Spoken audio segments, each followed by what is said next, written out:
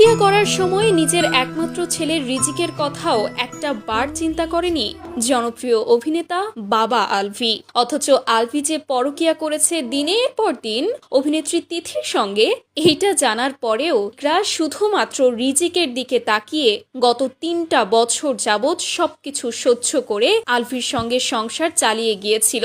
শেষ মুহূর্তে এসে সে এটা বুঝতে পারেনি যে এই ভুলের কারণে যেখানে আলভির তার কাছে ক্ষমা চাওয়ার কথা ছিল, সেখানে উল্টো তিথি তাকে হুমকি দিচ্ছে যদি সে আলভিকে ছেড়ে না দেয় তাহলে এর শেষ দেখে ছাড়বে তিথি। শুধুমাত্র ছেলে রিজিকের ওপর যাতে কোনো মানসিক চাপ না পড়ে, বাবা মায়ের ঝগড়া যাতে তাকে সহ্য করতে না হয়, তাকে কোনোভাবে প্রভাবিত করতে না পারে, এই একটা কারণে এত কিছুর পরেও গত 31 জানুয়ারি স্বামী আলভির সঙ্গে কক্সবাজার ঘুরতে গিয়েছিল ইকরা।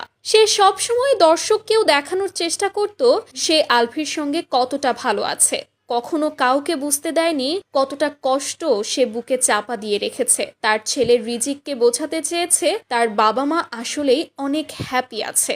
এমনকি আলভিকে ছেড়ে যেতে হবে এইটা কোনোভাবেই মেনে নিতে পারছিল না ইকরা। তার একটাই কথা ছিল, যদি সে বেঁচে থাকে আলভি তার, আর যদি আলভি তার কাছে না থাকে তার এই দুনিয়াতে থাকারই দরকার নেই। আর এটাই বোধহয় তার সবচেয়ে বড় ভুল সিদ্ধান্ত ছিল।